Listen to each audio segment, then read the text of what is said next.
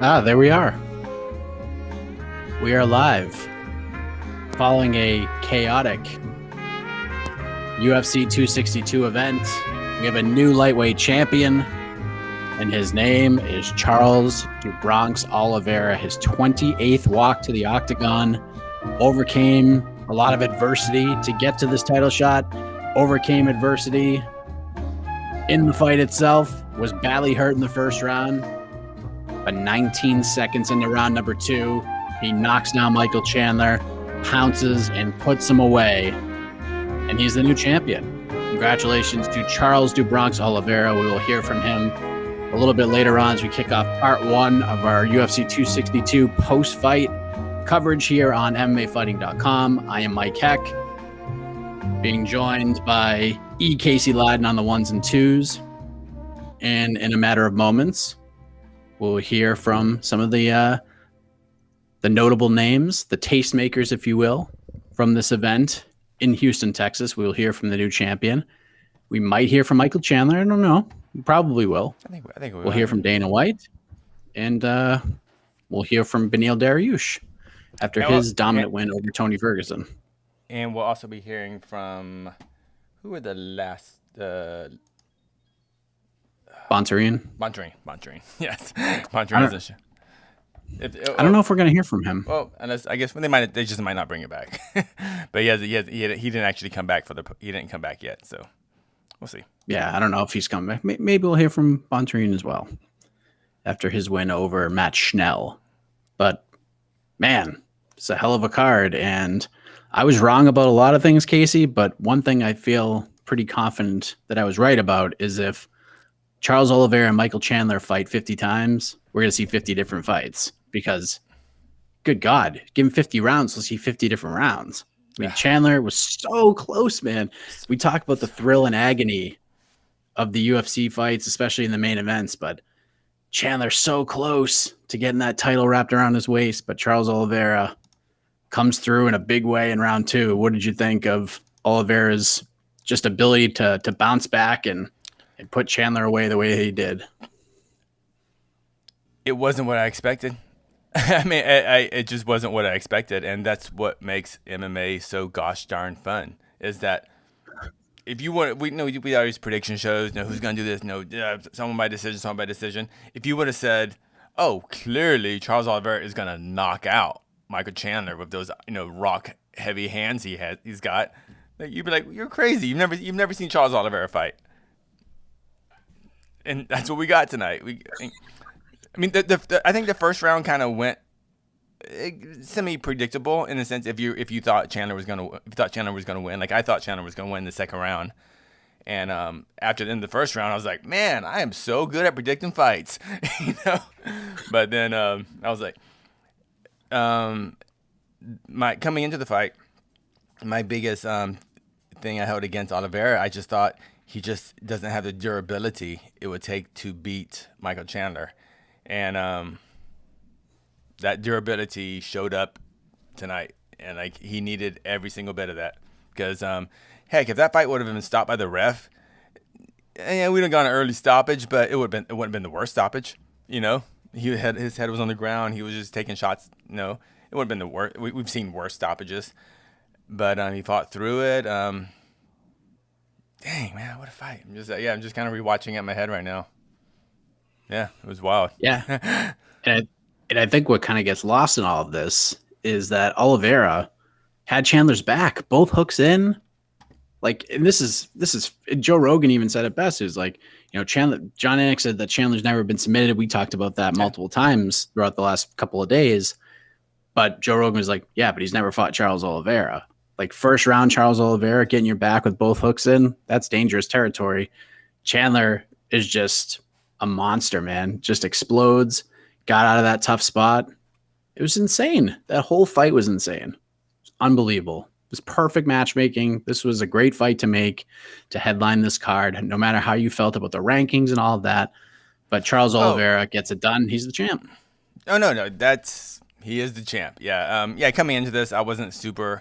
Like I said, I love this fight just because how much I value these fighters. I think they're both top 5 fighters. I just didn't feel like these were the top 2 fighters. But you know what? It didn't matter tonight. They're the ones that signed the contract. They're the ones, that agreed to terms of the UFC. They're the ones that showed up tonight. And man, when they put that belt around Charles Oliveira, I was like, he's a champ. I get Dustin's out there, I get Justin's out there, but don't matter. Charles do Bronx Oliveira, after 6,000 fights in the UFC, is now the UFC champ. What a story!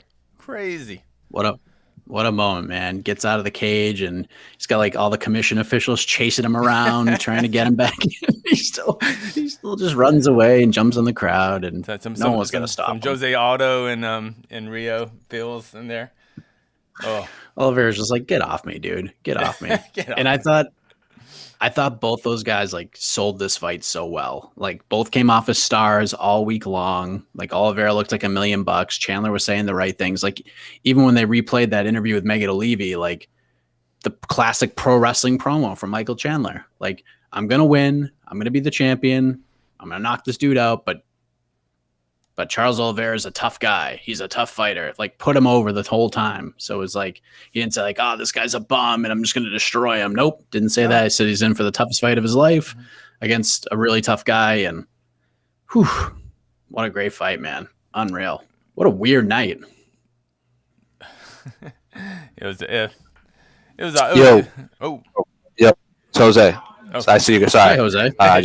I just tuned in to give you guys a heads up. Dana White, incoming in 2-ish minutes, according to PR. So just a heads up. So about 10 minutes. All right. All right. The big boss. A fellow bald man with a lot of money, and Derek Lewis doesn't like people with hair. So apparently Dana White is on there's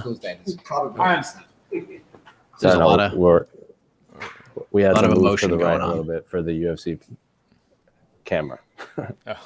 Oh yes. I guess you got to make room for those guys. You know, it is their show after all. Beneil Darius, great performance tonight. Dominates Tony Ferguson. Complete one-way traffic. Caitlin Chukagian gets another win. She just continues to roll along, even though she can't really go anywhere in this division. It's a weird position to be in. Just knocking out contenders.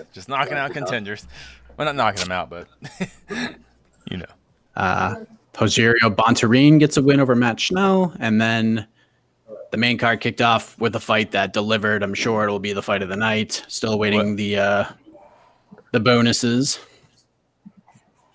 which I'm sure we'll get momentarily. All right. Let's do bonus predictions. Okay, bonus. Ooh, man.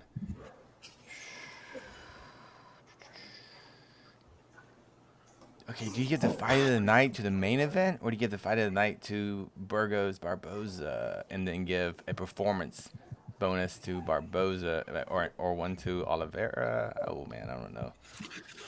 Boy, I feel like someone's walking away with 150 tonight. Okay. Either Barboza or Charlie Olive. Olive. Yeah, I give Charlie Olive's performance bonus. Fight of the night to Burgos Barboza, and the other performance bonus to Mr. Armbreaker, Andre Muniz. Oh yeah, you got to give him a bonus. He has to win a bonus, yeah. Yeah, you got to give him a bonus. Andre Muniz. I mean, Jordan Wright could certainly have a case. Andrew Lee could certainly have a case. Or you know what? Yeah. Oh, they could go. Man, Priscilla Cachoeira has a case. Dana, you made a bunch of money. Hand out some more bonuses. These ladies and gentlemen all deserve it. Yeah, I don't know what's going to happen. There's a lot of options. And then kind of going back to the Burgos fight, man, I've never seen a knockout like that. He's here. Okay. Oh. And we'll get Dana's thoughts on all of that, and we'll hear about the bonuses as well from the man himself, Mr. Dana White. The gate was 4.11 million. The new arena record, we broke our own record with that one. The attendance was just over 16,000 people. Fight of the night, Burgos versus Barboza. Performance of the nights were Christos and Oliveira. They all won $75,000, so congratulations to them. Dana, before we get into the main event, just want to ask you for a couple medical updates. Jacare, I mean, clearly he had a break there. Do you have any update or speak to him or know his condition? No, I haven't. I mean, I'm sure he's fine, or I would have heard by now. But no. And how about Shane Burgos as well? That was just such an odd ending. It was kind of, I don't know, a little scary, I guess. Yeah, it freaked me out too. He got hit in the temple, and it took a minute for him to react to it. And then the way that he was laying there, I thought something bad happened, and he got right up and was speaking fine, whatever. But we made sure that he went right to the hospital, and we're getting all the tests that need to be done on him done. So, I don't know if you saw me at the bottom of the stairs, but I'm like, you go straight to the hospital. When he said I'm fine, and I said, let the doctors determine whether you're fine or not. So made sure his corner knew that I wanted him to go straight to the hospital. Very nice. Appreciate the update.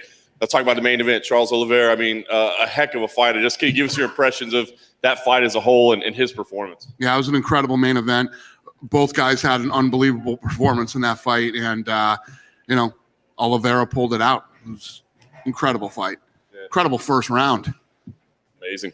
You think Charles Oliveira been a guy that's been around here for a decade, and had some ups and downs and had some losses. So I'm just curious, along this path, I mean, did you ever look at him? He's clearly talented. He's got a ton of bonuses. But did you ever look and go that guy's probably going to be a champion someday, or did you have concerns? You never know. You never know with these guys. You never know what's gonna happen. I mean, this whole thing was based on timing. When you look at the timing of how this all played out, from Habib's retirement to Conor losing to Poirier to a trilogy, Chandler looking good in the Hooker fight, Chandler, willing to do anything it took to fight anybody, and just all these things played out for this fight to happen tonight here in Houston, and it was an awesome main event. Right away, as soon as champions get crowned, we start asking who their first defense is going to be against. I'm just curious. I mean, you got guys like Justin Gaethje out there, right? And then you've got this huge main event with Dustin Poirier and Conor McGregor coming up. Do you look at either of those as kind of having an inside track over the other? Is there a clear path right now that makes sense for them? I literally haven't even thought about it. Never even crossed my mind yet. We'll get home and start worrying about that stuff. I'm sure Brazil is going to be excited about seeing him fight again. I mean, we're in this kind of reopening process. Do you have any idea of when the UFC might be back to Brazil? I mean, is that even on the radar yet? No. I mean, I'm sure some of us that live in Vegas are excited to get home and there's no more masks and all that stuff. But I don't know about the rest of the country or the rest of the world for that matter. I have no idea. Take this one day at a time. Yeah. And just on the event schedule overall, I mean, second event with a crowd. We know we got Arizona coming up, Vegas. Is there a move to start moving fight nights back to crowds as well, or are we still just pay-per-views now? Yeah, no. We're not even looking at fight nights. I mean, we didn't even have gates in our budget until October and November. So right now to start trying to find places for fight nights, it just makes no sense. We'll stay at the cozy Apex and do our thing for the rest of the year, I think.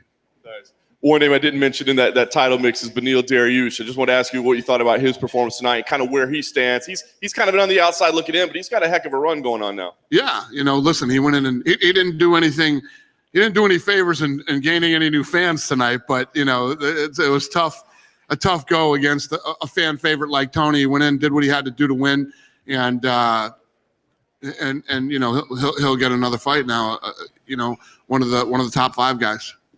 Last thing for me, I did want to ask you about Tony Ferguson. Man, we saw the love for him in the building tonight, man. Super fan favorite, but obviously lost all 3 rounds. Have you talked to him, and where do you think he stands in his career? Because I think a lot of people are questioning kind of what does he have left. Yeah, I hear you, and he had a tough 3 rounds. He couldn't stop the takedown. He couldn't get up from underneath Darius and Beneil, and yeah, he had a tough night. So I don't know. We'll see what happens. Dana, just going off of that, I think Tony has landed something like 30 strikes in the last 30 minutes. He's been in the octagon, which is obviously not a very good sign for a fight. What has he had? He's landed 30 strikes in 30 minutes. So obviously not a great output. Do you think this is a case of where that fight with Gaethje just sort of maybe started to wind down his career?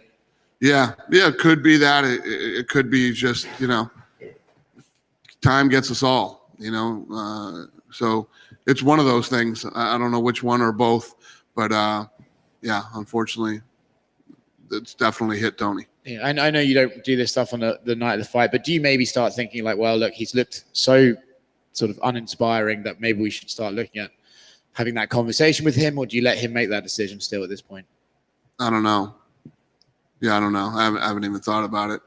He's tough as hell, though, man. He was in that heel hook, and his ankle definitely popped. I mean, his ankle, the rest of the fight, looked like a golf ball and maybe even a baseball. And he kept fighting. There's no quitting that dude. Same with the armbar against Oliveira as well. Yeah, no, he's tough. Yeah, maybe too tough for his own good. Yeah, 100%. I think the question about the fight nights and stuff, we're always asking you, will we go back to crowds for fight nights? It's probably biased with the Vegas-based media that maybe we don't want to travel every week. We'd rather stay at the Apex. Right. Do you think there's a possibility that staying at the Apex versus travel costs, travel expenses, it might work out in the long term that actually we never go back to fight nights with crowds? No. One of the reasons that I believe personally that this sport has grown as big and as fast as it is because we take this thing all over the world. You know, we go into, you know, Oklahoma and places where people usually don't get fights. So the fight nights are a big part of our brand, and you know, we'll continue to do it when the whole country opens up. But for us right now, I mean, we're trying to figure out what's next for the next pay-per-view after Vegas. And guys, I've been to New York, and I talked to people from Massachusetts and places like this where people aren't doing shit still. I mean, and I was in New York last week. The Peninsula, one of the biggest, nicest hotels in the world, isn't open and hasn't been open for a year and a half. The St. Regis isn't open. Cipriani isn't open. Some of these, I mean, all these places are closed. And maybe some of you here are from New York, but that's crazy to me. You know, guy in the back, it's crazy to me. When I go there and these places are all still closed. I mean, you guys that live in Vegas. I was in Caesar's Palace the other day. You couldn't fit more people in that place. It was madness. You know, Vegas is rocking and booming. You come to Texas, you go to Florida, you know, people are living normal lives, but you start thinking about where we take this thing next. A lot of these states are still really, really closed down. Yeah, I don't think COVID's been a thing in Vegas for a while. Yeah. But The Ultimate Fighter comes back on TV on June 1st. I know you can't tell us much about it, but how's the show been? How have the fights been? It's been good. It's good to have it back. It's been a fun season so far. So I'm looking forward to it. Good antics between the coaches. Did what? Any banter between the coaches?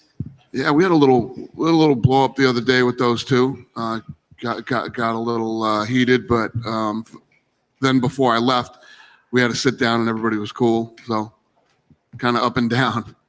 Last thing for me, and I know you love answering questions about these guys, but the head of Triller says that you blocked GSP from boxing Oscar De La Hoya and that you made a move for Jake Paul. Oh, my God. Don't even ask me about these idiots. Who gives a shit? Does anybody give a shit? I guess they do. No, I don't give a shit what they think. You think I care what Triller thinks? No. Are you sick and tired of them mentioning UFC? I don't even take their calls. This idiot calls me every day. Text me every day. Please answer my call. Please talk to me. Why won't you talk to me? Because I don't give a fuck about you. Do your thing. Leave me alone. Go fucking do whatever it is you're doing. Knock yourself out. I could care less. Yeah. I have no interest in talking to any of those idiots. They can do their thing. Do your thing. Stop talking about me. What do you give a shit what I'm doing? Go do your thing. At some point, is it getting annoying that they only seem to ever talk about UFC fighters and UFC talent? No, I get it, but yeah, get out of here. What are you doing? I don't even know what you're doing. What is this thing you're trying to build? What are you doing? You know, and why are you talking? What do I have to do with it? What do I have to do with it? Or my guys? Do your thing. What are you doing? Are you starting an MMA organization? Or you know? And then you got Oscar, this fucking idiot again in the car that night. Come with us and make more money than you've ever made in your life. We heard that before. Chuck Liddell's here tonight. Grab him. Ask him if he made more money than he ever made in his whole life when he went with Oscar De La Hoya. You know what I mean? But you guys keep asking me about these idiots. You guys know they're a fucking joke, but you keep asking me about them when you know they're a joke. You know this is bullshit. You know they're all full of shit. And you know what I mean? But this is what you want. You want me to do this. And I tried not to do it, and I can't help myself. But I don't care what they're doing. Fucking go away. Go do whatever you're doing. Stop texting me. Stop calling me. And stop fucking asking the media to ask me things, okay? Beat it. Get lost. Derek Lewis is back here doing a guest fighter scrum. He's saying he was hoping to make the fight against Francis officially official. Have you had an opportunity to talk to him while you're in Houston? Ask me that question again. Derek Lewis is back here saying he was hoping that his fight against Francis would become official. And he was hoping to talk to you at some point. Have you had a chance? Yeah. No, listen, Derek Lewis is the next in line. He's the guy who deserves the shot at the heavyweight championship. And yes, we will get that fight done. And, we're not talking about it yet because it's probably not going to be till mid or late August. So, yeah. And as of right now, the winner would probably still get Stipe, unless this John Jones situation. Yeah, well, John made it very clear he won't fight Stipe. So, yeah. Dana back here. Yep. Switching to other people, give some insight on the Andrea KGB Lee and that performance that she had earlier. Yeah, no, it was a good fight. It was a good fight. She looked good. I expected that fight to be exciting, and it was, and good for her.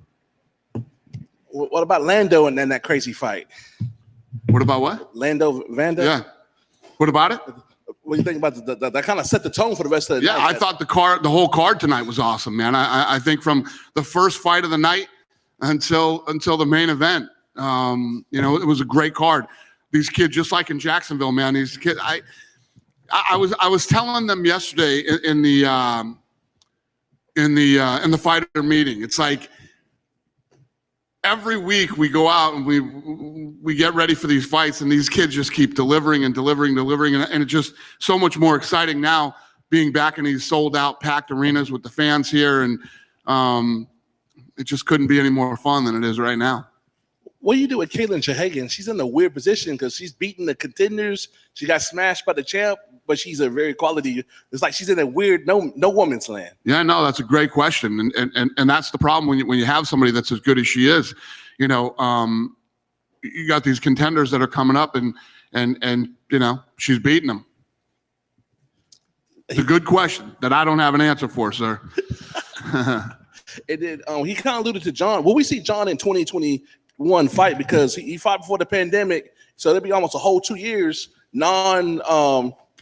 suspension John Jones. I know you want to get there with the live gate. You got to take advantage of that, right? Listen, that's up to John Jones. Whether he wants to fight or not. There's fights available. They're here. I'm going to keep making fights every weekend, doing fights. If John Jones wants to fight, he can. If he doesn't, he doesn't have to. Nobody's going to force John Jones to fight. He's got a great run. He's got an incredible legacy. I personally see him as the GOAT right now. You got guys that are nipping at his heels like Usman and some other guys out there. It's up to him. He can fight this summer, or he can never fight again. I mean, that's up to him. You switch gears on me now. You say you think he's the GOAT. You don't think he needs another belt, because you've seen other people do it. So, but very few people have done it. So if it's like he's the dude, everybody would be doing it. Do you think he needs that to put that GOAT stamp, so it won't be no debate? Well, yeah. I mean, he could do it. I mean, that's like Brady going out and winning another Super Bowl with the Bucs. Obviously, going up to heavyweight, it would be tough to argue, if he wins the title, that he's not the GOAT. But right here, right now, I mean, he could retire, and I still consider him the GOAT right now until somebody else accomplishes what he has. And final question for me: with Chandler getting knocked out decisively, does this switch to Conor and Poirier being the #1 contender fight? Or is that still too far out? Yeah, I don't know. I don't know. I'm going to see how these fights play out. And I'm trying to help you with your job. No, I hear you. Thank you. Hey, Dana. Yep. During fight week, the CDC came out with their new rules that you don't have to wear a mask if you're vaccinated. Did you notice any difference this week compared to the week in Florida? No, I don't think so. In Florida, I saw people wear masks and not wearing masks. I saw some people with masks and people not wearing masks here, which you guys know how I feel about that. It's the way it should be. If you don't want to wear a mask, you should be able to walk around and go do what you want to do without big mouth people shooting their mouth off. And if you want to wear a mask, wear a mask. And people shouldn't be shooting their mouth off at you either. So hopefully we can get to a normal place where people who are comfortable with masks can wear them and people who aren't don't have to wear them. Do you feel any vindication of, what you went through to get back to work with the UFC, and now they're changing stance and leading the way to getting back to normalcy? Guys, I can't, if you look at what's going on with us right now, I mean, it's like a rocket ship. So I knew when I was doing it, it was the right thing to do. Now I know it was the right thing to do. So I've never questioned it from the beginning. So I guess you're asking me, does it feel great to be right? Fuck yeah, it feels great to be right. Have any states reached out to you and said, hey, bring the show here. We need business. We need jobs. Yeah, well, Pete, Dropic, who handles all the arenas, I know that arenas have been reaching out to him. Off the top of my head, I couldn't tell you who. But we'll see how this thing plays out. Who's going to open up? And the problem is that I won't go anywhere that's not 100%. I'll only go to places that are 100% open. Any idea where we'll be in August for the pay-per-view then? I don't know yet. Charles Oliveira, jumped the fence, came over. I'm sure you're kind of surprised by his reaction afterwards. He came up to you. What did he say to you? Yeah, he said, thank you for everything that you've done for me. Tonight was the biggest opportunity of my life, and I can't tell you how much I appreciate it and how much this means to me. And, so he's a great kid. Thank you. Yep, thank you. Dana, the short guy in the back. Sorry, yep. I'm loud. Short, loud voice. Talk about the city of Houston in this event this whole entire week. It was about 16 months ago that we were here in February, and then all the stuff happened. And then what do you expect from Houston this week, the city and the fans? I knew that the first two events that we would probably do when we came back would be Florida and Texas. So Houston has always been our go-to place. And Tillman Fertitta called me a couple months ago and said, Houston needs you, man. We need the UFC. So that's why I was originally planning to come here first. I had talked to your governor, who had opened up the state, and I was working on getting this Houston show done, and it looked like we were going to come here first. But that didn't work out, so we ended up in Jacksonville and then here second. But the state has always been really good to the UFC, and the city of Houston has been unbelievable to us. So it's good to be back. It was good to be in here tonight. It was good to be here this week. And, me and all my staff and everybody involved had a blast here this week. Thank you. Thank you. Down here to your left or right, or one of them. Hey, yep, not really sure gotcha. Oliveira, obviously UFC champion now from Brazil. There was like a little bit of a lull for Brazil for a little while, for a couple of years. Is there a little bit of a resurgence with Oliveira and Figueiredo possibly?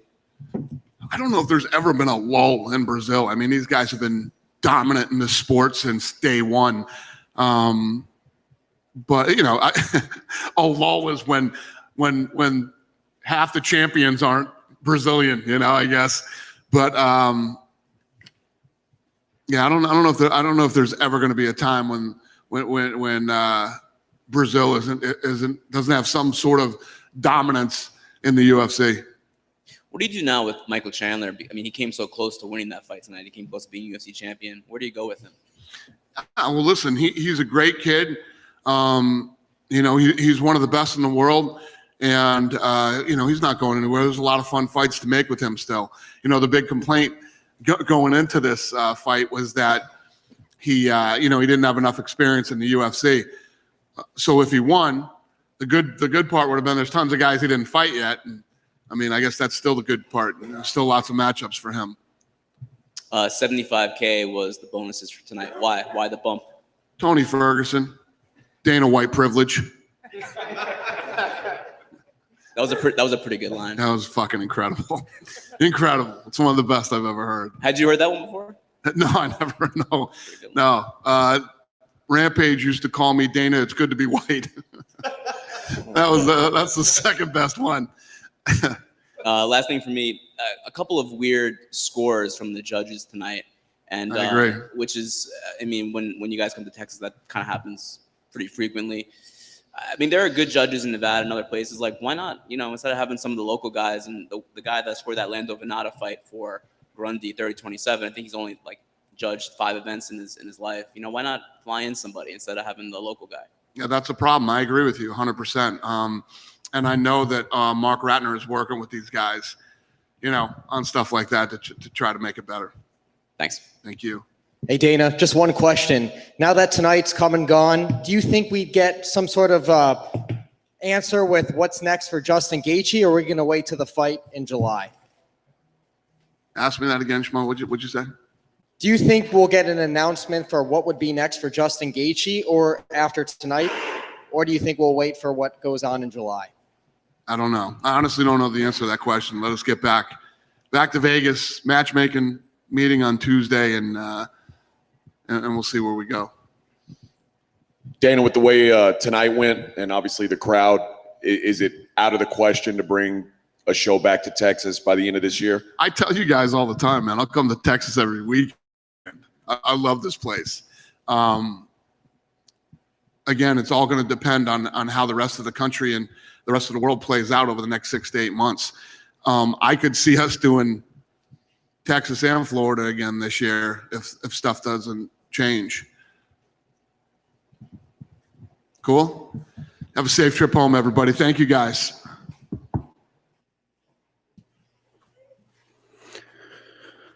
All right. There he is, Dana White. A lot to say. Don't ask him about Triller. And don't ask him about future fights. I mean, the future fight thing is, he's been saying that consistently for a while. Unless it's like super obvious. He'll Here answer. we are. He'll answer things when he wants to. He picks and chooses. Yeah. Yeah. Well, there you go. I mean, it's got to be pretty clear that Poirier McGregor, whoever wins that fight, is going to fight Oliveira next. I mean, it's just unless there's catastrophic injuries or something. I just feel like, hey, Dustin the fight. Dustin makes enough money, man. Oh. We might have Darius versus Oliveira. Here is Michael Chandler. Michael Chandler.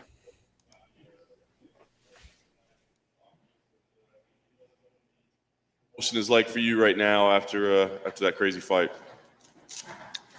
I mean, first off, hats off to Charles. Hats off to Charles for surviving that first round, surviving their barrage. Secondly, huge thank you to the UFC for this opportunity. I just saw Dana and Hunter and those guys back there. I really feel like I'm living a dream. Win, lose, or draw. But here we are. Got a busted up eye and another loss on my record. But hey, I've come back from worse. Felt like everything was clicking in there. Just got caught, zigged when I should have zagged, and here we are talking to you without the belt on this table. But we're gonna keep moving forward as stuff moves fast. It looked like before the fight started, you were kind of taking a moment to like soak everything in. I mean, it was a pretty amazing atmosphere in there. Was there any kind of different feel for you? I mean, was it difficult at all to deal with all the circumstances surrounding this event?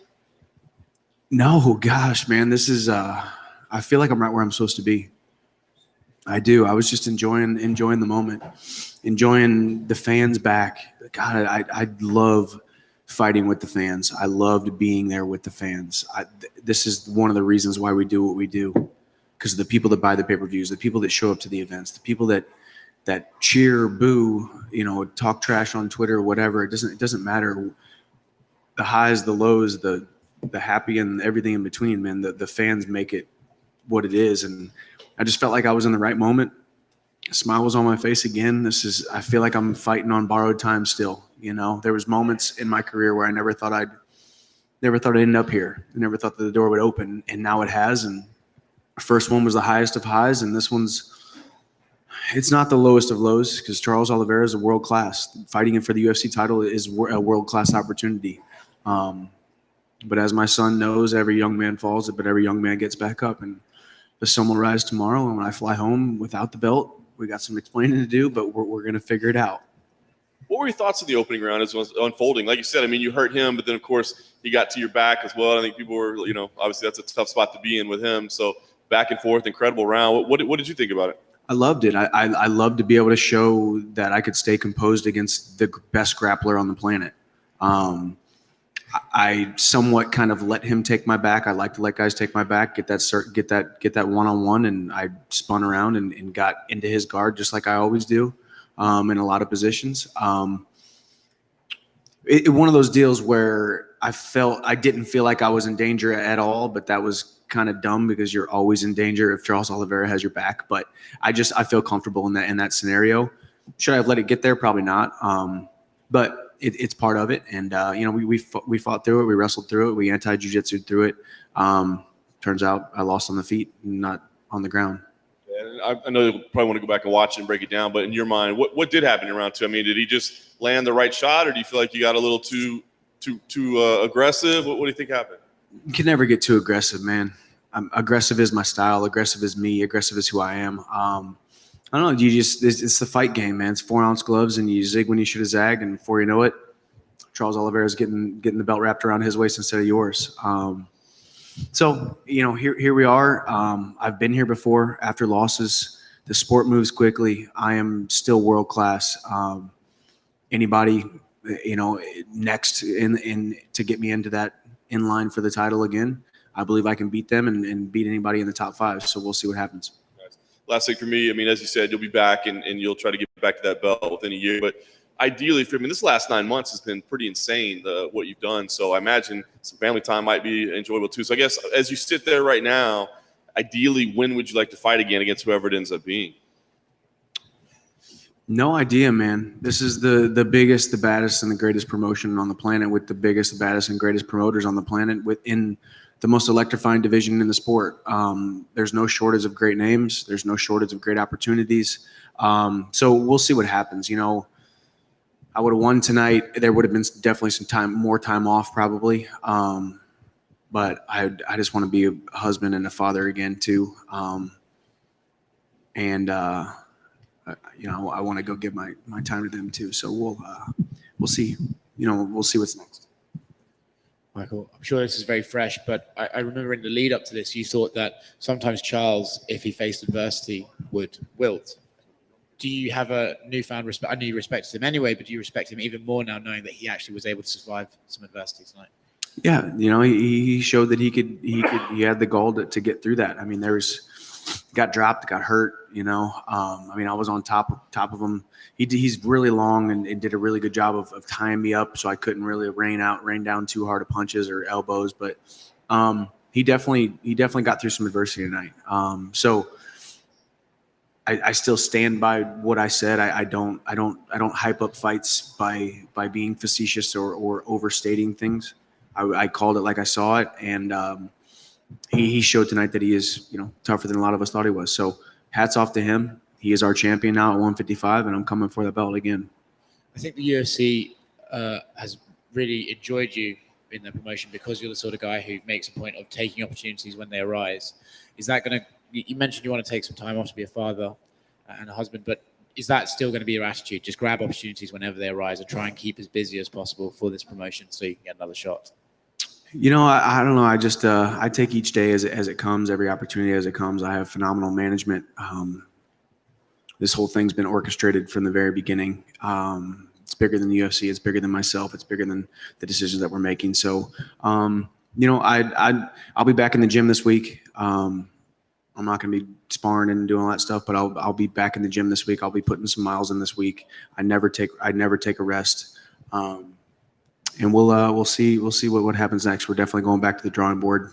I will be champion. I will be UFC champion by the time my career is up. And I got a taste of it tonight. Fell short, but as I said, every young man falls, but every young man gets back up. Michael, back here. Would it be safe to say before your career's over with, you got to see Charles one more time in the octagon, regardless if he has the belt again, or does it matter? It's all about the belt versus the person. Yeah, to me, it's all about time, circumstance, the belt, the division. I've never been the kind of guy who needs to get a loss back. Charles Oliveira was the better man tonight. I zigged when I should have zagged. The fight ended how it ended. I hold no animosity towards him or anybody else that I've lost to in my career at this point. We'll see. This division moves quickly. The UFC moves quickly. This is the biggest, baddest, and fastest moving promotion on the planet. So my name will always be in the mix, whether it's Charles or any other guys in the top 10. So we'll see what happens next.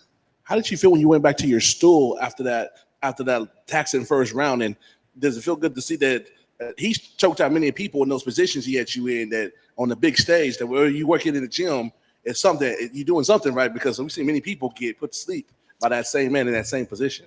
Yeah, in there, I don't know.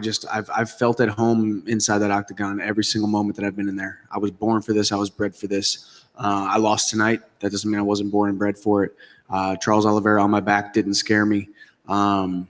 Getting the hand control and then eventually getting out of it. I actually don't even remember how I got out of it at this point, but I'll go back and watch the fight. And,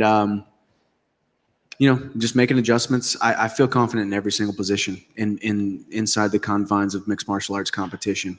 And Charles got the best of me tonight. If we fight again, we'll see what happens. But all I know is I'm coming for the belt eventually. And for that, to prolong that chase, with you being a mild-mannered guy, and people tend to talk a lot of noise or shit, if you want to say, in general, do you think you might have to do that in the future with all these people that you have to see, the Poiriers and Connors that engage in that, and they speak English, so it's directed towards you? Do you think you may have to get out of character to get back to where you want to go to? That's seemed to be the theme of this promotion. No, not at all, man. I truly believe me being exactly who I am and authentically and unapologetically me works for me. It works for the promotion. You've seen the way the reception that I've gotten. For a lot of years, I was outside of this organization thinking that I would never come to this organization because that exact thought process, that exact thread was maybe what the UFC was looking for. I think I was wrong. I was absolutely wrong in thinking that. I think Dana likes the way that I act. I think the UFC brass, Hunter Campbell, they like the way that I act, the way that I talk, what I stand for, and I just want to be unapologetically me. And I encourage everybody to do that in every single industry. But I'm going to be who I am as long as the day is long, and I'm going to come back from this and put on a streak. And final question for me, do you think the experience and being in this game 13 years will help you get to where you want to go? Because some people might say, hey, the stage was too big for him, when for me, it seemed like it wasn't just didn't go your way. But what you want to say to those people that say, oh, the stage was too big for him in the UFC, he should have got that shot after all? Yeah, no, I mean, I was at home in there. I mean, if you don't think I'm world class, that's fine. Do your thing. I think the people who understand the sport, the people who've seen my resume, who've seen my body of work, who've seen what I've done in the sport, the things that I've come through, just like every man has in the sport. Then I'm world class, and I can hang with these guys. Zigged when I should have zagged, and ended up with Charles Oliveira getting the belt around his waist. So to those people, I say thank you, because I'm going to work harder. Hey, Mike, down here to your right. First round, you had him against the cage. You hurt him. He was evading, and you were very close to finishing there. Landed some really good elbows. How close do you think that really came to ending the fight? Man, I don't know. I remember thinking, holy cow, it's about to happen. Probably a dumb thought. Should have just made it happen. Right? Out there thinking about making it happen instead of making it happen, man. Just make it happen, Michael. No, I mean, yeah, that right there, case in point, Charles Oliveira showed some gall, I know I hit him with a hard shot, and he was down there kind of doing the head bob thing. Benson Henderson used to do that too, kind of a weird thing, but it's effective, man. You can't get a beat on the head. And you're also trying not to punch him in the back of the head, which I shouldn't have worried about that because nobody else does. But I'm also trying to work within the confines of the sport, the rules. But yeah, no, I mean, hats off to him. He came through some adversity, because I think he was pretty darn close to me getting the belt around my waist. The slam when he was on your back, it seemed like it busted him open. Did the back of your head collide with his face? I don't know. I mean, I hope something good came out of it, because that was probably a dumb idea. But it was probably pretty entertaining too. So I don't know. No, I think I don't know. Actually, I don't know where that cut came from, but it was bloody. There was a lot of blood, so made for a good fight as long as it lasted. some people, including Tony Ferguson at the press conference the other day, were saying, you didn't deserve this title shot so soon in your UFC career. Well, you got the shot, but now you can climb your way back and, have some fights under your belt in the UFC. Are you kind of embracing that idea maybe now? Like, all right, maybe you say I don't deserve it now, I'll deserve it when I, come back. Yeah, I mean, you just got to embrace the reality of the situation and the nature of the business. This is the business that we chose. I still love fighting for the UFC. Man, I feel like I am in the place where I'm supposed to be. I feel like, just like the very beginning of my career, I got shot out of a cannon and fought Eddie Alvarez in the first 18 months of my career. Probably a little bit too green, a little bit too young. This time I got, pushed to the title shot after a couple fights. I by no means was not ready for this. I was 100% ready, 100% prepared. I have the best coaches, best team around me. I kept saying it. You couldn't have scripted it any better. This seemed like this was going to be it. It seemed like it was a foregone conclusion. And I don't think I ate those words by saying that. I think I had the confident expectancy that great things were going to happen inside that octagon tonight. And some great things happened, and we put on a great show. And Charles Oliveira was the better man. Charles Oliveira is the lightweight champion of the world right now. And we'll come back. Thanks, Mike. Over here, right behind him. One thing that Dana said about you just before you came out was that it created a lot of possibilities that you basically haven't faced any top UFC lightweights.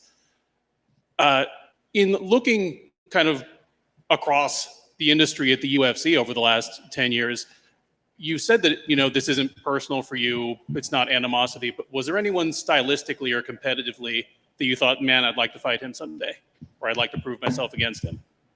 All of them, I mean, I've been, I was the guy outside the UFC wanting to fight them all till I came in and all of them said no. Now that I have a loss, maybe someone will say yes. So we'll see. We'll see what happens. No names stick out right now.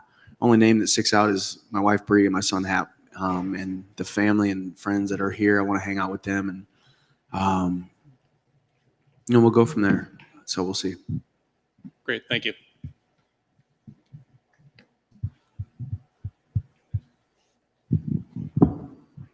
Thank you, guys.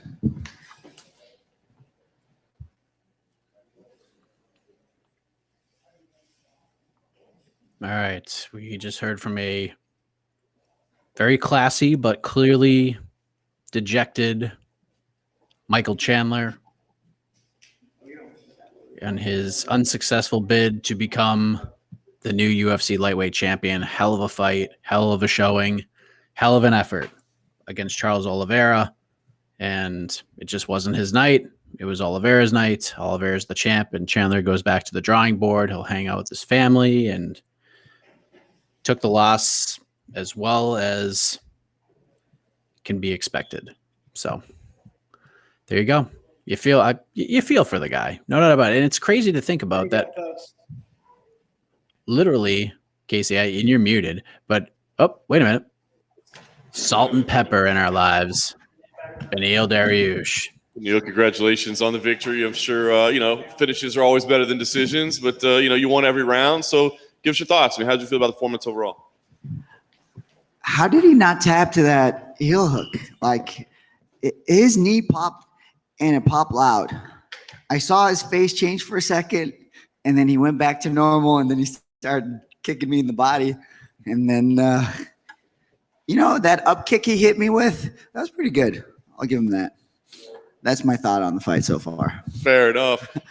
Did you go in intending to grapple as much as you did? I mean, obviously he's pretty dangerous there. Did you want it to be such a grappling heavy contest? At first, I had prepared for the stand up. It was going to be, I was just going to, show the world that doesn't matter who it is in terms of stand up. But I also told you, I want to be a champion, and to be a champion, you got to be able to stick to the game plan. It's not always being a bonus fighter. And, I mentioned that before, and I really felt like I had such a big advantage in the grappling. And then after the first round, at the end of the first round, I felt his arms tired. And I just said, why am I going to strike with this guy if I have such an advantage here? Obviously, the crowd tonight was very much in favor of Tony. I mean, you could tell that from the beginning. But then, you got pretty thoroughly booed afterwards. I mean, what were your thoughts on that? Did you just have to understand because it's Tony Ferguson, or did you take that a little personal? Nah, it's not personal. But I will say this.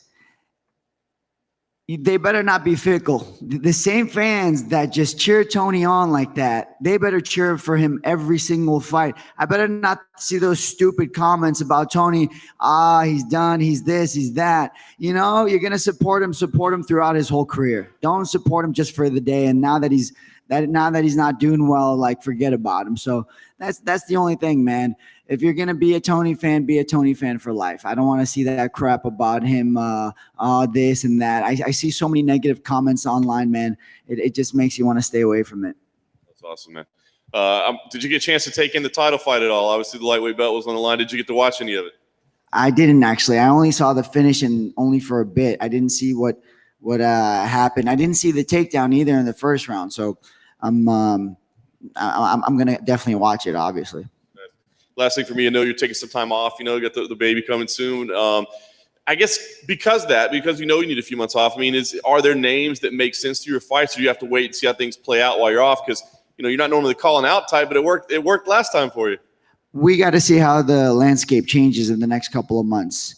There's Dustin is fighting Connor, big fight, obviously, possible #1 contender. Justin, the scary man, Gaethje is.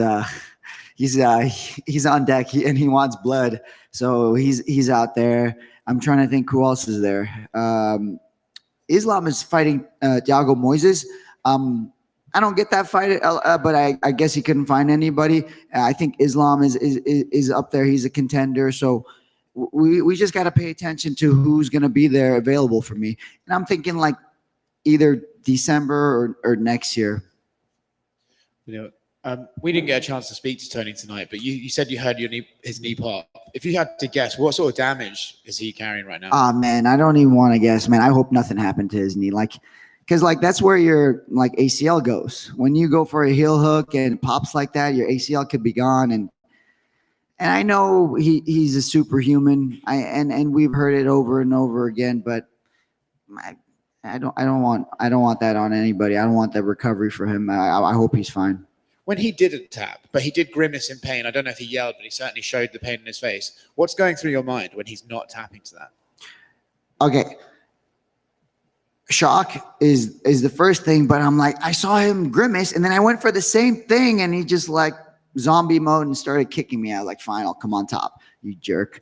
That's how I was thinking. I'm like, man, let's just end this. But nah, he's like, no, I'm good. Let's just continue this crap. I was like, all right. Do you think there's anyone else in the UFC who doesn't tap in that situation?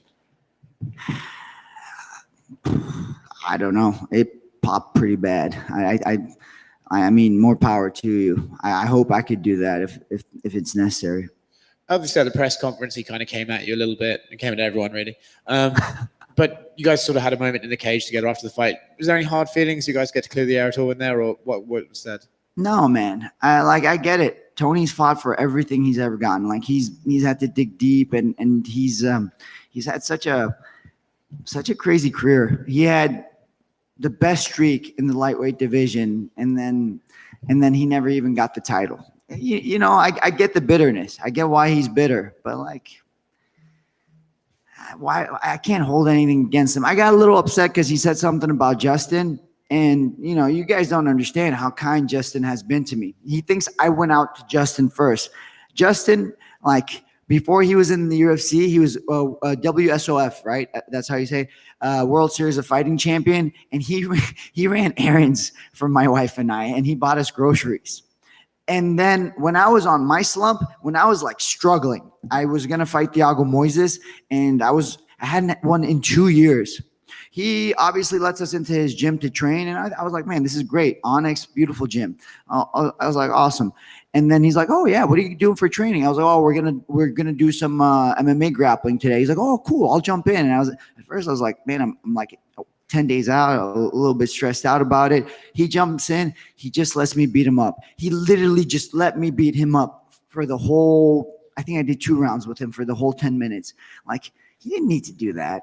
I know he's better than that. I know he could have, he could have put it on me too, but just to help me build my confidence, he did that for me. So that's one of the reasons why, like, I got a little upset at the press conference, but, and obviously Ollie, I love Ollie. Ollie's been so good to me. He's taken care of me, my whole career. So those are the things, but you look at it afterwards and you're like, I'm just being a baby. Just get over it. Understand where he's coming from. Get over it. Congrats on the win. Thank you. Back here, Benil. Give us some insight to your mindset. You went from the guy that's, hey, I'm just here just to fight, to putting on a pretty nice performance, getting the biggest win in your career, to talking to us. How'd you keep steady with basically being in hostile territory, even though he's not from here? It wasn't, I don't know how to explain it. People know the story of David and Goliath, right? But people don't know this. Before David fought Goliath, all of the Goliath people, the Philistines, they were screaming for him. They were just like, Goliath, Goliath. They were just chanting his name. So I just thought to myself, it's just another day for me, man. Like, it's the victory is the Lord's. Let's see what happens. Let's go. And your music choice to come in. I'm from Texas. I'm from Dallas. This is the Bible Belt, as everybody know. Texas, Louisiana. Why'd you pick the Lauren Daigle? Because she's from Louisiana. So, I mean, I love that song, and when I hear that song, I break down a little bit. Like like, you can be the toughest guy in the world, but when you understand grace, it breaks you down, and that song does it for me. So I don't need to be the toughest person in the world. I don't need to be a savage. I need to be a servant. I need to be a servant in all the things I do. But for those 15 minutes in that octagon, I get to be a selfish, and the Lord uses even that. But before I go out for that, I need to be reminded that this is my 15 minutes of selfishness. In reality, I'm a servant now. How much did you being a southpaw give Tony problems? Because it seemed like he never figured it out, and you were tagging him all night. I think after the first takedown, he just, I know he's the cardio king, and he has great cardio, but like, the lactic acid was going hard. He just didn't have the same speed after the first round. And final question for me. I know we have no control of the rankings. I don't even know who these people are, but do you walk around now when you have your kid, congratulations on that, as a top, do you feel like, hey, I'm a top 5 fighter. I'm in that crew now. I'm one of those guys. Man, I don't care. I just, in reality, in terms of fighting, I'll be honest with you. The only thing I want to do is I want to fight, and I want to fight the best people in the world. Like those 15 or 25 minutes inside that octagon, I don't care about broken bones. I don't care about blood. I don't care about like anything. I get to just disappear. And I can't believe the Lord will even use that. Like, the most selfish part of me, the worst part of me, the Lord will use that, and he'll even be glorified in that. So I'm just grateful for that I can have those 15 minutes. I can have those 25 minutes. It's just my joy. Benil, congratulations on the victory. Got to ask you, post-fight victory speech, of all the people to call out, you call out Elon Musk. What's the backstory behind this? December, I ordered my car. Bro, I ordered the safest car, they told me. It's the best car for my pregnant wife. And I'm still waiting. Elon, bro, what's the deal, man? You told me March. We're coming up in June. I want my car. Come on, bud. I know, big fan, but this is disrespect. Was part of the strategies going for the takedown? Were you surprised how easy it was for you to get what you wanted? Yes and no. I like, after the first takedown, I was like, oh man, surprised. I was a little bit surprised, but then I just remembered I wrestled so much. I didn't wrestle in college and in high school. I had like a month of wrestling, but I wrestle so much. I love wrestling. Like, I like to watch I think, Friday night. Well, it's Sunday now, I guess, but Friday night I was watching Yazdani and David Taylor like go at it, and Yazdani has such a good underhook, and he was able to start scoring points. But then I saw Taylor just keep that same pace, takedown, and then he broke him, and I was like, Yazdani's no joke. He's a cardio machine, but like constant takedowns break people, and that's something that just kind of stuck with me. So Friday night watching Taylor actually really inspired me. First time fighting in over a year with having fans here. Tony had the loudest chairs in the building. How did you stay so even keel and not let that get to you? The noise just disappears. When I see the man in front of me that I want to fight, the noise just disappears, man. It just goes mute. I could hear my coach. I could hear his coaches, and that's it. It all disappears. I just want to, at that point, I just want to break somebody in front of me. Congrats. Thank you. Hey, Benil, down here to your right. What's up, man? Hey, brother. How are you? Are you aware that Elon Musk is kind of one of your bosses now? Excuse me? Whoa. He's a new member of the board of Endeavor now that they went public. Whoa. Yeah. I'm sorry, Elon, but I'm not sorry. I'm sticking with what I said. Mr. Musk, no more Elon. That's all I got for you. It's all good then. A little over a year ago, after your knockout victory over Drakkar, you announced plans to start building the orphanage in Haiti. Correct. How's that project been going amid the pandemic, and is there any updates on that? It's amazing. It's built. We have a beautiful house in Cap Haitian. We have a little over 20 kids, and I'm hoping to go visit them. This is the tricky part. I'm scared my wife's going to be early. So I got a men's conference next week. And then right away, I got to go there for a couple of days, see all my kids, and then come back. I've already gone there twice since. So it's going great. We're raising these boys and girls to be just devout, solid Christians who are going to change the culture in that country.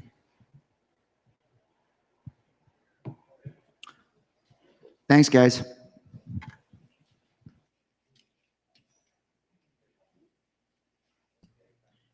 All right, Benil Darius coming off the biggest win of his career. I'm trying to multitask right now. I'm going to provide our fine viewers with a little bit of an update.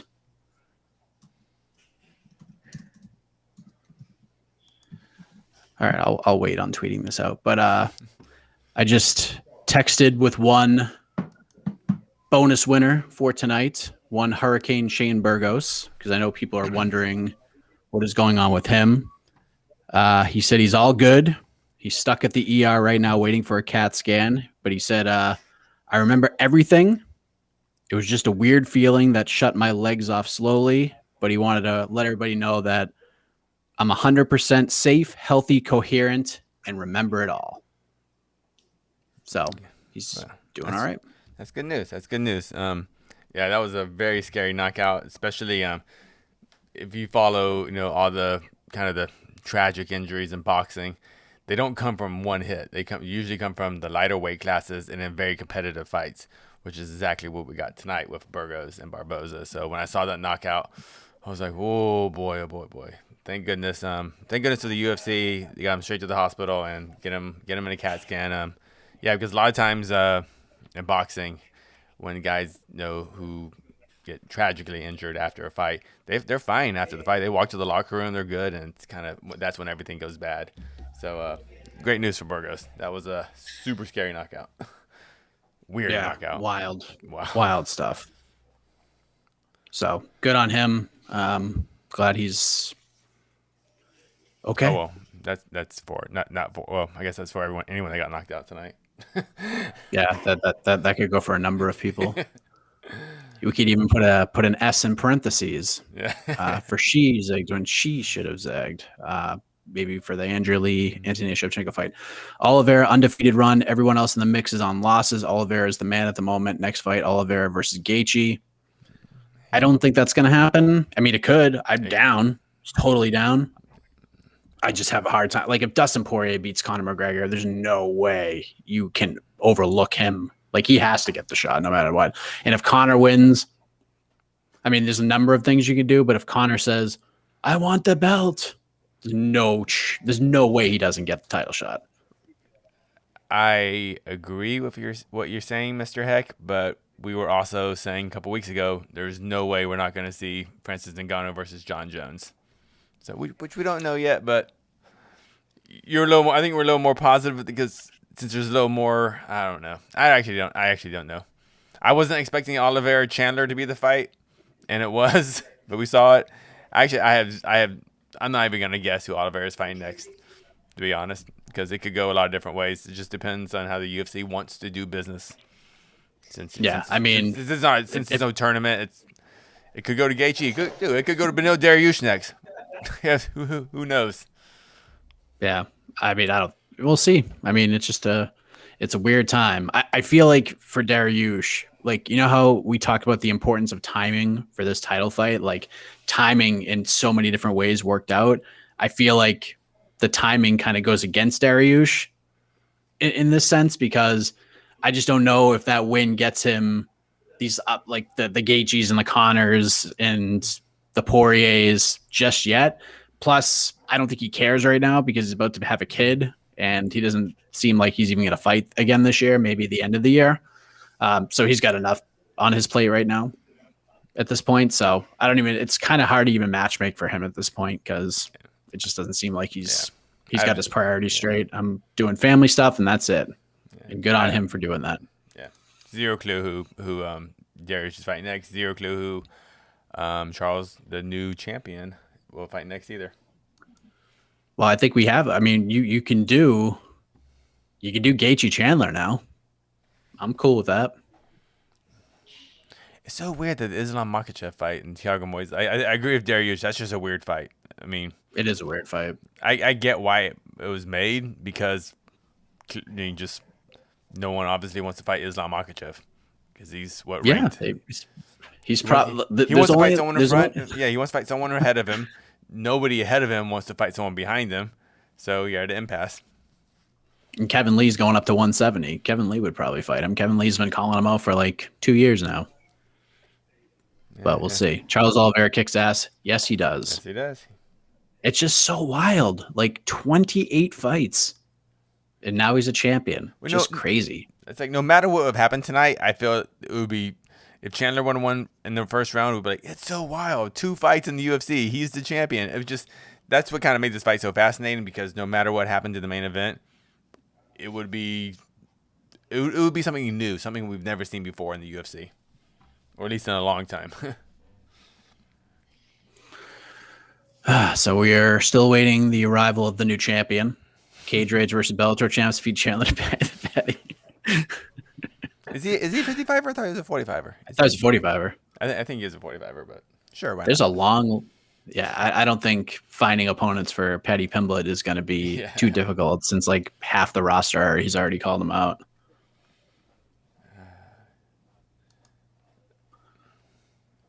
So what do you guys say? Is Chandler on Olive's level? Yeah. Yes. Listen, I've said this all week, and I'll say it again right now. If those two guys fought 50 times, we would see a different fight every single time. Like, I'm convinced. Like, if they fought again, I don't know what would happen. Like, I think Oliveira's got the confidence level, but Chandler, man, he was so close. He was so close. It's just a great stylistic series. Like, I'd love to see them fight, like, 6 more times. Like, do a best of 7, and I think it would go all 7. Yeah. Yeah, I love Chandler. Like, when Chandler went for that guillotine, I was like, no, you're actually... How did Chandler... Oh yeah, Chandler rocked Oliveira, then Oliveira shot in, and that's when Chandler put the guillotine in. Guillotine in 10. And that's what busted him up too. Wasn't the fallback. It was just the left hand to the eyebrow. That actual punch. That was it. Yeah, because as soon as Oliveira landed the takedown, he was bleeding all over the mat and all over Chandler's chest. So when I saw him go for that guillotine, I was thinking, I was like, dude, if you don't get this in the next 10 seconds, you might have just blown the fight because you're going to give Oliveira a dominant position, and you already had him rocked. If you would have just kind of sprawled, continue to withstand that fight after you rocked Oliveira originally, Chandler might have finished that fight in the first round. But that's MMA. That's MMA. Yeah. I mean, like, there were many moments in that fight where I feel like Chandler could have won in the first round, but he just made him. He chose a different strategy, and I love Chandler's observation and kind of the realization when I think one of the reporters were asking, when you were kind of punching him in the head, and Oliveira's doing that little side thing, and Chandler's thinking, I'm about to win the title, and then he thought to himself, why was I thinking I'm going to win the title before I won the title? And I think that's why we like Michael Chandler, because he's a guy that can just express himself, and he says these things to us, to the fans and everything, and it was just it was great insight. Yes. Casey, one thing we were worried about heading into this card, especially because it was in Houston and we saw what happened at UFC 247, was maybe we'll have some robberies on the card. And while we didn't have robberies on the card per se, we did have some wacky scorecards. But I feel like in the bonuses, I feel like one man certainly got robbed tonight. No disrespect. I'm happy for Christos Giagos to get himself a bonus. Great. Charles Oliveira certainly deserves a bonus. But Andre Muniz not getting a bonus. This is borderline a travesty, is it not? You broke Jacare's arm in a very one-sided fight. No one's ever submitted Jacare before. No one's even come close to submitting Jacare, as far as I can recall. Oh, I see a shiny gold belt. This is great post-fight show banter. And look at Charles. Oh, my God. Look at this ensemble. Looking like two Billy right now. Here's the new champ, Charles do Bronx Oliveira. Charles, congratulations on an incredible performance. We saw the emotion in the arena and how much it meant to you. But as you're sitting there right now, can you just tell us kind of what this means to you? Charles, parabéns por uma grande performance. Nós vimos você lá na arena, as emoções você mostrou, mas o que significa isso para você agora? Gratidão. Gratidão a Deus por tudo que eu já passei, por tudo que eu venho vivendo, por eu poder vir aqui e mostrar para as pessoas que a gente pode. Gratitude. Gratitude to God, gratitude for everything that I've been through, gratitude to be able to come here and show everybody that I can do this. You've been building to this moment for 11 years in the UFC. So I wonder, as you were in there tonight, the crowd's back in the building. It's a huge moment. Did it feel different than any other fight, or were you able to keep yourself kind of in the same place? Você levou 11 anos a chegar aqui, né? E agora com o público na arena, foi diferente? Cara, eu fui o primeiro com o público, sem público, né? E agora eu tinha que abrir. Eu gosto disso aqui, eu gosto desse calor. Não importa se eles vão vaiar, se eles vão torcer, eu gosto desse calor. Eu gosto de mostrar para as pessoas que eu sou capaz. The first fight was without public, but I really like the public. I like to hear them boo and I like to hear them applaud. It's a part of me. I like the heat. The opening round was back and forth. He hurt you, but you got to his back as well. So how did you feel after the first 5 minutes the fight was playing out? O primeiro round foi lá e cá, parecia que estava machucado. Como que você achou que a luta estava se transcorrendo? Tem que ser difícil, não pode ser fácil. A gente tá na nata, né? Tá entre os melhores do mundo, né? Entre os melhores do mundo. Então, a gente tem que dar o respeito ao Michael Chandler, né? Ex-campeão, foi contratado para isso. Então, foi difícil, tinha que ser difícil. Mas olha só, se eles virem trocar porrada comigo, minha mão vai entrar, minha mão é pesada. Se eles me botar para baixo, eu vou fazer meu jiu-jitsu. É como eu falei, todas as vezes que eu entrar aqui dentro, eu venho para chocar o mundo mais uma vez. I knew it was going to be hard. I mean, it's cream of the crop. They brought Michael Chandler here to win. But I knew that if it was in the striking department, I could strike with him, and I knew if it went down, I'd use my jiu-jitsu. Yeah. Round two, you came out aggressive and landed the big shot early. Was that the plan? Were there any, adjustments made in between to say, hey, we got to turn up the aggression on the feet? No segundo round, você veio agressivo e conseguiu acertar golpe forte. Foi essa a estratégia? Eu sou agressivo do começo ao fim. Eu só ando para frente. Então, a minha estratégia, eu entro aqui para vencer. É como eu falo. Vocês querem um cara que fique falando, que deixou falando, não coloca eu para sentar aqui, não. Vocês querem ver show, coloca dentro do octógono. Dentro do octógono eu dou show. I always fight aggressive. I always walk forward. If you want somebody that's going to come and talk, I'm the wrong person. I put on the show inside the octagon. That's what I do. I'm sure you'd like to dominate every fight, but you got tested in this one. I wonder if you kind of like that, because there's then this narrative about your career that if you get pushed, maybe you won't respond well. Michael even pointed it out beforehand, but you were pushed and you responded well. Do you appreciate that? No primeiro round foi round duro, né? Você tem uma narrativa que você, às vezes, sucumbe com a pressão. Mas não aconteceu, você superou. Era isso que você queria mostrar? É engraçado, né? Vê só. As pessoas, quando vêm aqui para lutar, elas tentam entrar na minha cabeça de alguma forma, né? O Michael falou o tempo inteiro que quando as pessoas me batiam, eu recuava, eu não aguentava a pressão. Cara, ele viu isso aí há quantos anos atrás? Há quantas vezes atrás? Passou. É uma nova era, é um novo Charles, é um novo momento. Eu venho provando e falando isso para todo mundo, é um novo momento, é uma nova era. Não fica falando do passado, vamos falar hoje do presente. O presente são 9 vitórias seguidas. Ou eu nocauteio ou eu finalizo, eu não venho para brincar, eu venho para fazer acontecer. You know, people, when I come to fight them, they try to get in my head and say that, but they don't understand that that was the past. That was 8 fights ago. Now, I come here to win, you know? I don't come here to play. And so don't think like that. That's the past. This is now. Eu falei, eu tô bem mentalmente, fisicamente e espiritualmente. Eu mostrei isso para vocês lá em cima. I said, I'm well physically, mentally, and spiritually, and I showed that up there. As champion, of course, fighters have to come to you now. You don't have to seek them out. But are there fights that you want to see, you know, whether it be Justin Gaethje, whether it be, you know, Dustin Poirier, Conor McGregor winner? Are there fights that you want, or what do you see for your future? Como campeão, agora eles têm que vir atrás de você. Mas tem lutas que te interessam? Por exemplo, o Dustin Poirier, o Justin Gaethje, o Conor? Olha, eu batalhei bastante para chegar até aqui, né? Agora eles também têm que batalhar um pouco para poder chegar. Todo mundo vem falando da luta entre Dustin Poirier e o Conor McGregor. Vamos esperar, vamos ver quem vai ser. O empresário vai trabalhar sobre isso, vamos ver o que vai acontecer. Eu só quero ir para casa descansar, curtir um pouco esse cinturão. E vamos ver quem é o próximo. I battled hard to get here.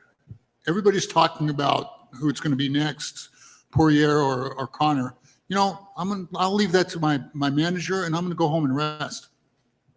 Last thing for me, now that you're UFC lightweight champion, can we get you to admit you're not a featherweight?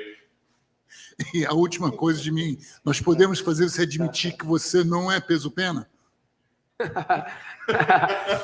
Cara, eu pedi bastante isso, né? A gente pediu bastante, conversei muito isso com o Macaco, várias vezes eu conversei, que eu queria voltar de novo para os pesos-penas, só que eu não quero mais. Eu sou um peso leve, verdadeiramente, não só porque eu sou campeão hoje, mas se eles me dessem a oportunidade de lutar pelo cinturão, com o tempo a gente desceria. Se o Dana White me der a oportunidade de lutar diretamente pelo cinturão do peso leve, eu desço pro peso leve. Pro peso pena. Me and Nakako talked a lot about this, and I still feel like a featherweight, you know, but I come in this division. But if Dana White gave me the opportunity to go back there in the featherweight division and win, I'd take it. Charles, over here. At the pre-fight press conference, Michael Chandler described his wrestling as anti-jiu-jitsu. You spent a large amount of time on the canvas with him in the first round. So what did you make of his grappling and his strength on the canvas? Bom, o Michael Chandler na pré-conferência, ele falou que o wrestling dele é anti-jiu-jitsu. Você passou uma boa parte do primeiro round nas costas dele. O que você achou do anti-jiu-jitsu dele? Cara, isso aqui é MMA, não é wrestling, não é jiu-jitsu. Minha vida inteira eu fui um grande lutador de jiu-jitsu, sou um grande lutador de jiu-jitsu, só que a gente tem que ser o melhor em pé. A gente tem que ser o melhor no chão, a gente tem que ser o melhor no wrestling, a gente tem que ser completo no MMA. Por isso que hoje eu venho de 9 vitórias seguidas, porque eu aprendi isso. Então não adianta você ficar falando que você é o melhor wrestling, você é o melhor Muay Thai se você não for completo em tudo. Eu sou completo em tudo. Se você vier trocar porrada comigo, você vai cair. Se você me botar pra baixo, eu vou te finalizar. Então não adianta você ficar falando. É como eu falei, ele tinha uma oportunidade. A oportunidade ele usou pra ficar falando. Ele falou que quando ele botasse pressão, eu ia cair. Ele falou que ele era o melhor wrestling. Pô, beleza, ele me botou pra baixo, ele encaixou umas finalizações, ele fez o trampo acontecer. Mas meu braço foi levantado no final.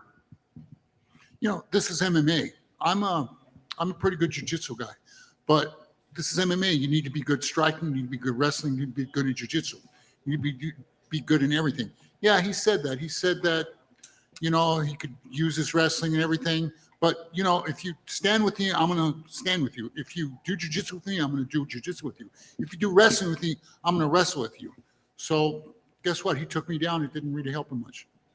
And in the build-up, you actually predicted a knockout. Obviously, you have the record for most submissions, but you knew you would finish this fight with a knockout or standing. So what did you see in Michael Chandler that showed you that you could finish him on the feet?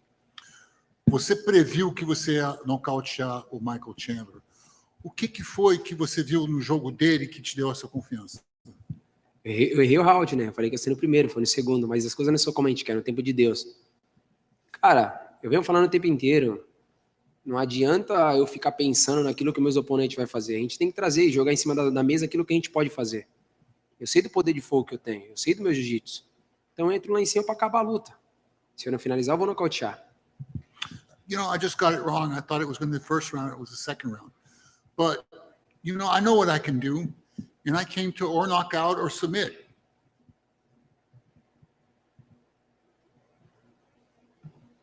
Hey, Charles, over here to your right.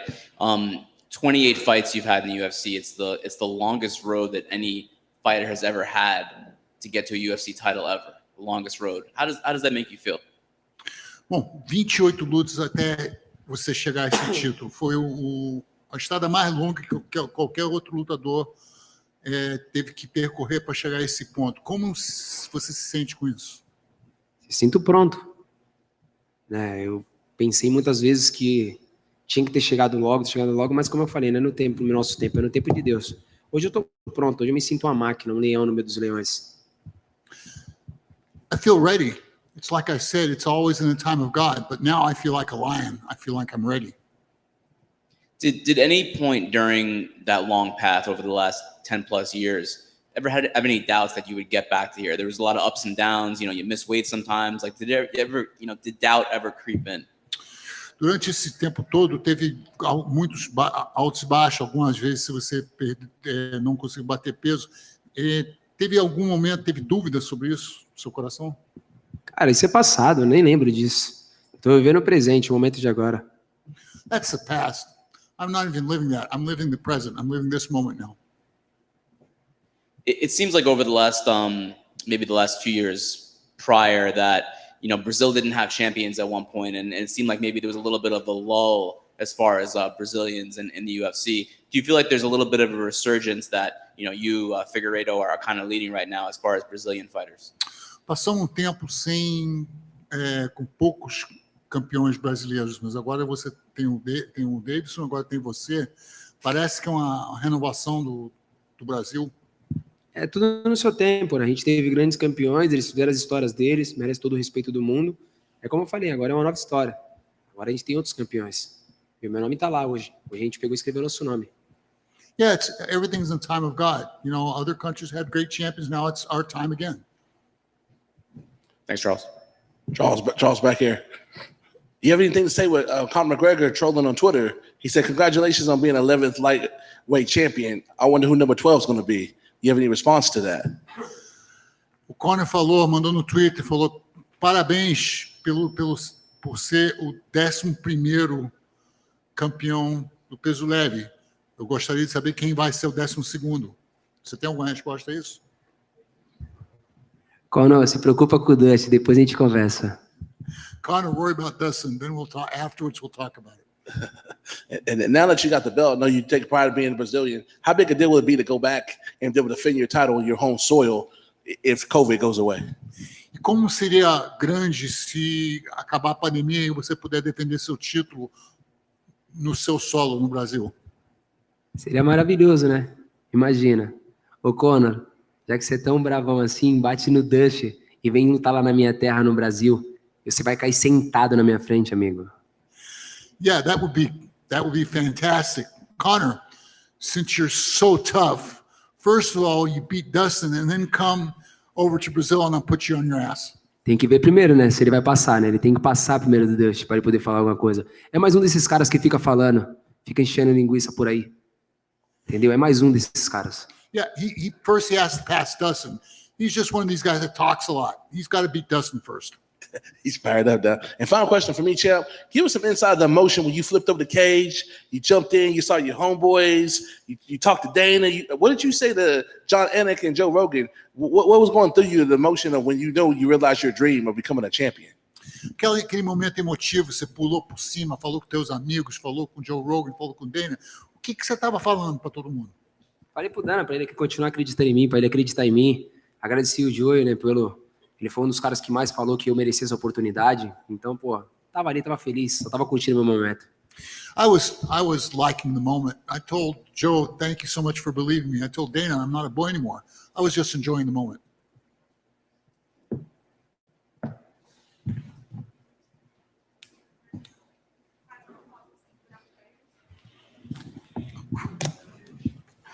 All right.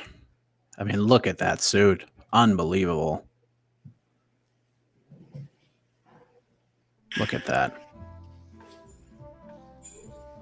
That is a world champion right there. Shades, $2,000 suit, several pounds of gold.